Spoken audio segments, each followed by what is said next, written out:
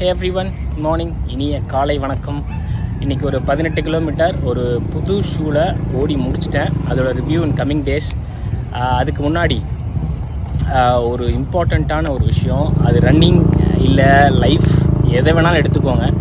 ஒரே ஒரு சின்ன சேஞ்ச் தான் நம்மளோட பெட்டர் லைஃபுக்கு அது வழிவகுக்கும். அது என்ன அப்படின்னா டிசிப்ளின், இல்லைனா செல்ஃப் கண்ட்ரோல்னு சொல்லுவாங்க, இல்லைனா செல்ஃப் ஆர்டரிங்.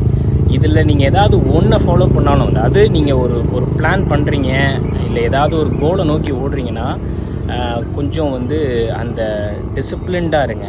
அப்படி இருந்துட்டாலே நீங்கள் 90% இந்த யூனிவர்ஸே உங்களுக்கு ஹெல்ப் பண்ணும் அந்த கோலை அச்சீவ் பண்ணுறதுக்கு. நீங்கள் லக்கு இல்லை ரெக்கமெண்டேஷன் இது எதுவுமே தேவையில்லை. உங்களால் முடிஞ்சது ஒன்று தான். உங்களால் முடிஞ்ச அளவுக்கு டிசிப்ளின்டாக உங்களோட எஃபர்ட்டை போடுங்க. ஆட்டோமேட்டிக்காகவே இந்த யூனிவர்ஸே உங்களுக்கு ஹெல்ப் பண்ணும் அப்படின்ற மாதிரி உங்களுக்கு தோணும்.